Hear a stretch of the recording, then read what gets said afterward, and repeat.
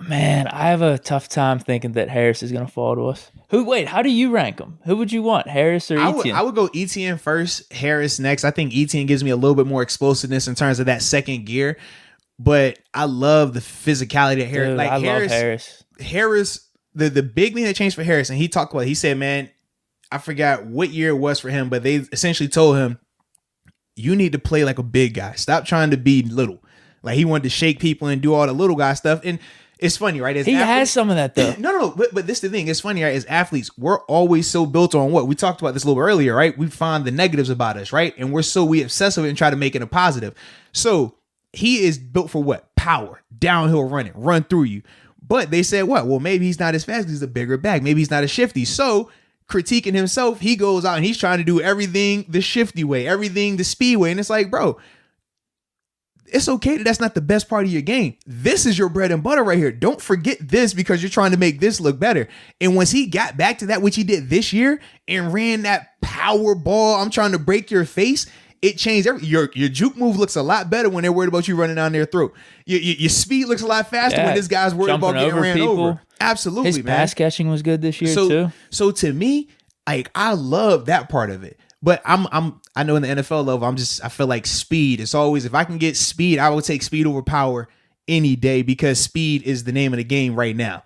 So that's why I would lean Etienne, but you can't go wrong with either guy. No, I think Harris has that second gear too. Not taking anything away from Etienne. Like he's fast enough, without a doubt. But that's my thing. Like when I'm splitting hairs, like, and that's what you're doing when you're talking about these guys. It's what do you want? Like I think Etienne's probably a little bit shiftier. Derrick Henry. Yep. Not as powerful. And then Etienne, he seems like Kamara for the most part. No, seriously, that's how I look at him. Yeah. And you already know I'm a big fan of Kamara. Like I love Derrick Henry, but I'm a Kamara guy. Like I love that style of play. Dude, I had to watch Etienne like 2 or 3 times because initially I was like, dude, this guy's no good. Everything just seemed open. It's like, dude, he's just playing with Clemson. And he's just so chill, just all right. But that's how Kamara ran. And I had to watch again. I'm like, somehow he's finding the holes. And then once he finds it, just burst. He just beats everyone. Some guys, the game just comes easy to, and they have a good feel for it and just the timing of it.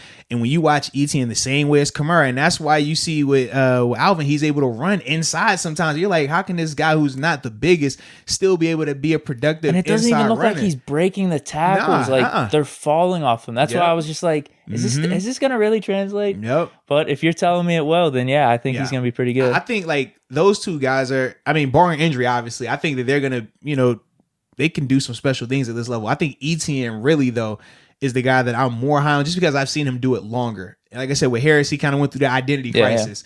But if he can continue doing that style, then great. I just know at the NFL level also, the power game, if you not built like a Derrick Henry type, that power game puts you to sleep sometimes, man. He's close though. I mean, he is. But we know, like, we've seen Derrick Henry take a shot or two, and it's like, whoa, all right, but he still gets up. But a lot of times, like, Spillane. That catches up. Seriously, right? That it catches up. And that's Spillane got hurt more than Derrick Henry. Exactly. Literally, I'm trying to think. The only time I've seen Derrick get popped, it was the Bills game. So this is right after he stiff armed Josh. You know, he give like Josh Norman the big push, right? Yeah.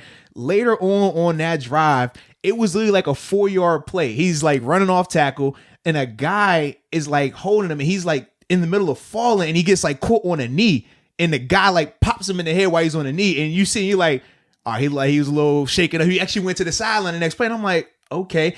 But other than that, we don't see a lot of him getting hit hard or stumbling from it. Whereas the majority of these other backs we've seen, I mean, we can go down the list of how many backs we've seen that try to give this power game. And eventually you're like, bro, that ain't going to work. You got to find a new trick. That's my only concern with Harris. That's my only concern. I think he's shifty enough, though. I hope so. To make people miss. I hope so. Unless you're thinking it's just Alabama. He's got the good line around him. Well, because I saw it, though. Like, I didn't want to disrespect him. I didn't want to disrespect him. But at times I was like, is he more Trent Richardson than Derrick Henry? No. No. Not NFL. Think about Alabama Trent Richardson.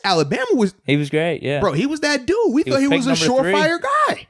And he looked kind of similar. I mean, short, like squatty. Now, obviously, Harris is taller, right? Yeah. Harris is taller, but still that like squattier, just big build. And not a lot of I'm gonna make you miss, more so I'm gonna be more physical with you. And obviously in Cleveland that didn't work out for him either. But that was the thing that always concerns me when it's Allen. I was like, all right, I know you got your Josh Jacobs, I got you. I know you got your Henrys, I got you. I know. I think there's Ingers, I got you. There's more good than bad now. Trent Richardson's the one that gave him a bad name, I think. Well, that's a big bad name. Well, here's the problem. It was Ingram came out and he had a rough first couple years. He wasn't doing anything at first. And then Trent Richardson came out. That's when everyone's like, don't pick Alabama running backs. But then Derrick Henry came around. Mark Ingram had a few Pro Bowls, and then obviously Josh Jacobs. But even the thing with Ingram, do you feel like he ever lived up to what he was coming out of Alabama? Oh, that's tough because I thought he had a really successful career. I think he's very successful. Like I would take that as an NFL career for sure. I thought when he was coming out, the same way we look and we thought of. I thought the expectations were way higher for like Reggie Bush though. True, very true. Yeah. But he still had high expectations. Like Reggie Bush's expectations were insane, but and rightfully so. I mean, he would have had to come in and have it look like Reggie Bush at USC for it to be living up to that. Because Reggie has a sneaky cool career too. He's a good career. But